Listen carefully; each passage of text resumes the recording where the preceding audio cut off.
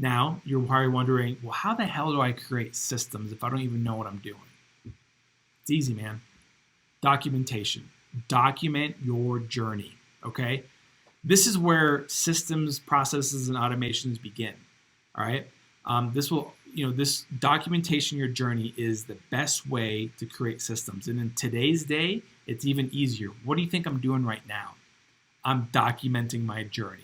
Record yourself speaking into a camera. And if you say, well, I'm not good at a camera, you're probably good at talking to yourself in a camera. And at the end of the day, you're in charge of your business.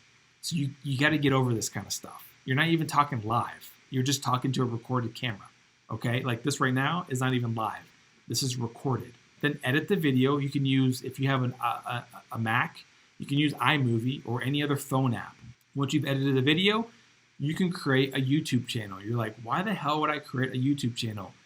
So that your team can follow those systems and procedures. So that your vendors, your employees, can follow certain systems and procedures that you expect.